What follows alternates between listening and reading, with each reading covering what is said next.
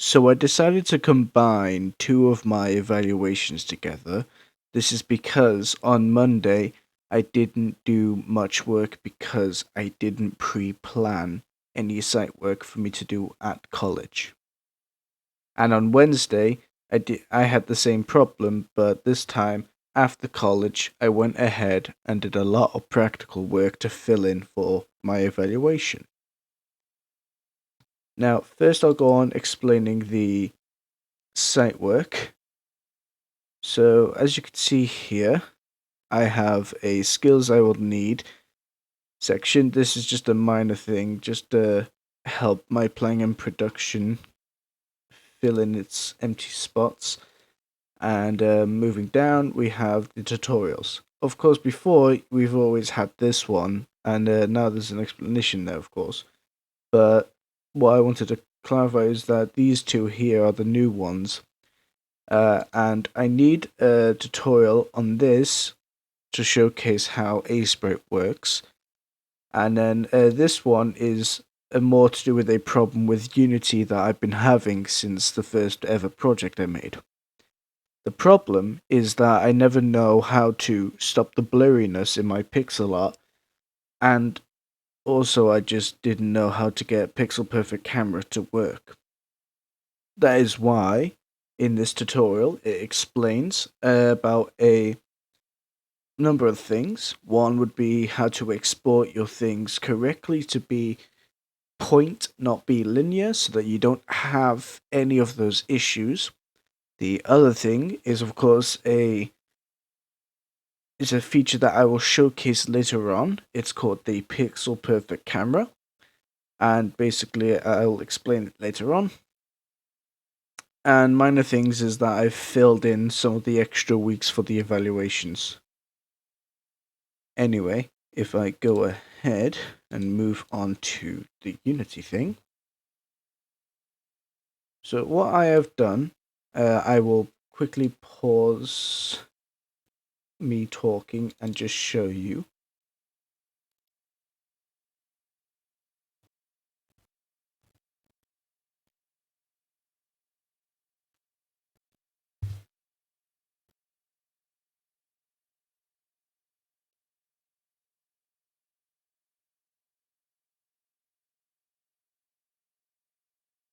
So if you've noticed already, the design of this turns pixelated based on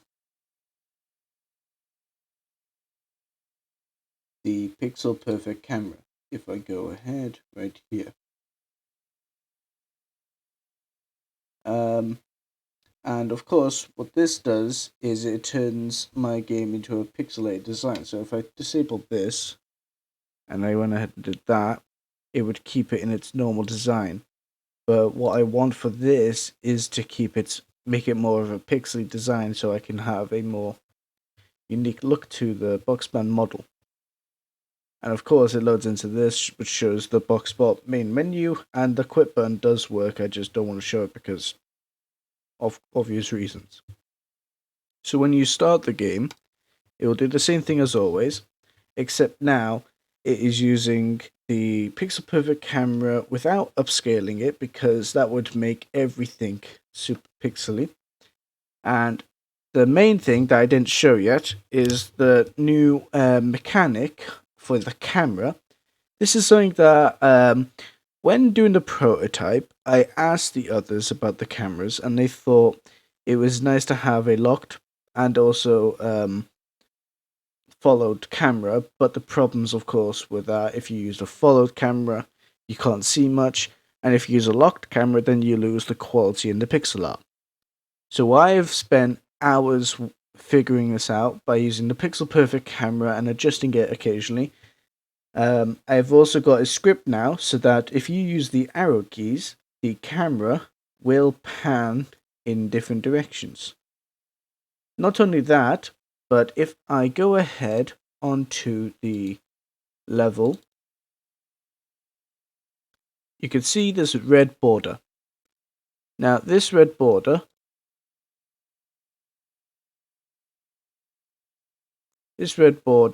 basically represents where the camera can go. If I go ahead and unmaximize this view, you can see here that the camera tracks whatever I selected to, which is the box spot. Now if I move Boxman further along here, the camera cannot pan further, and then of course if I move Boxspot, it will track him until the next points. The red boxes, of course, aren't visible in game. They are just a gizmo, so that I can see where the Boxspot arrows are. And let's say if I went on the camera and just adjusted the left limit, you could see here that I move it. So if I move the Boxspot, it can go further.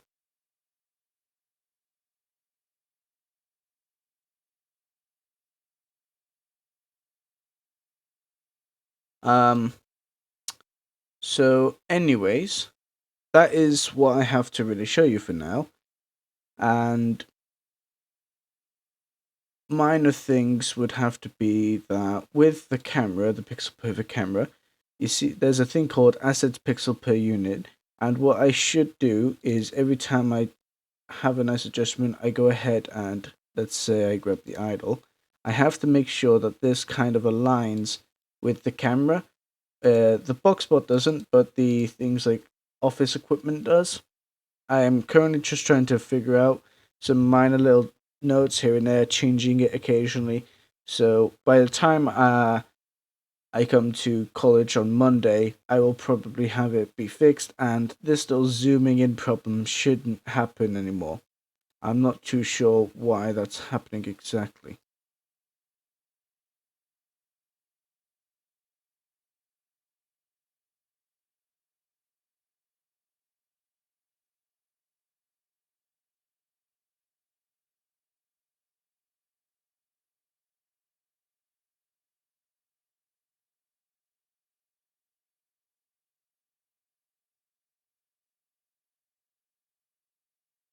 Anyway, yeah, so with all that, that is what I have basically done over the past couple of days. And now I will go over the problems. One was, of course, with the biggest one, the camera. I did not know how the Pixel Perfect camera worked. So I spent hours of time trying trial and error to just get the right stuff sorted out for the camera so that it actually works. Other things would be this script itself, the Follow 2D camera. Now, I have another script, if in here. I had the Follow 2D camera work from a tutorial that I will link down in the website. But it allows the camera to track the player and have a border.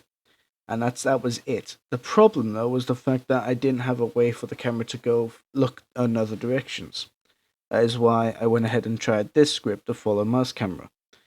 Now here's the thing with this script. I would have to link this to something like a circle, and then I link the camera inside of that circle so that it tracks where that is.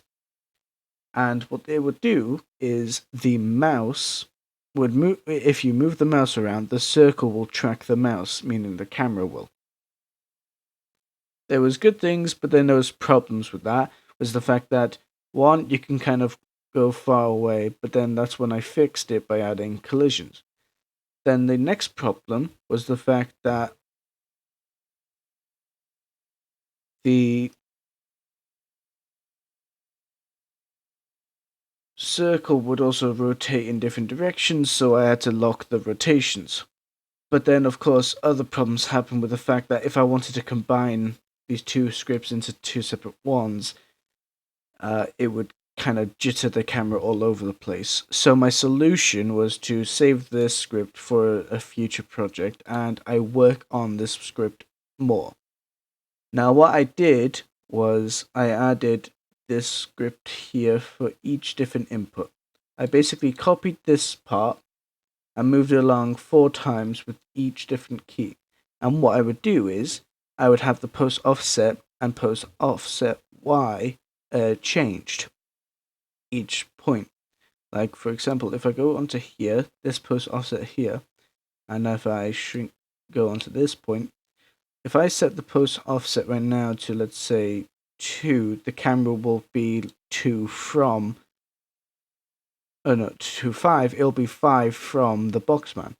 If I set this up higher, then it will of course go higher from the Boxman.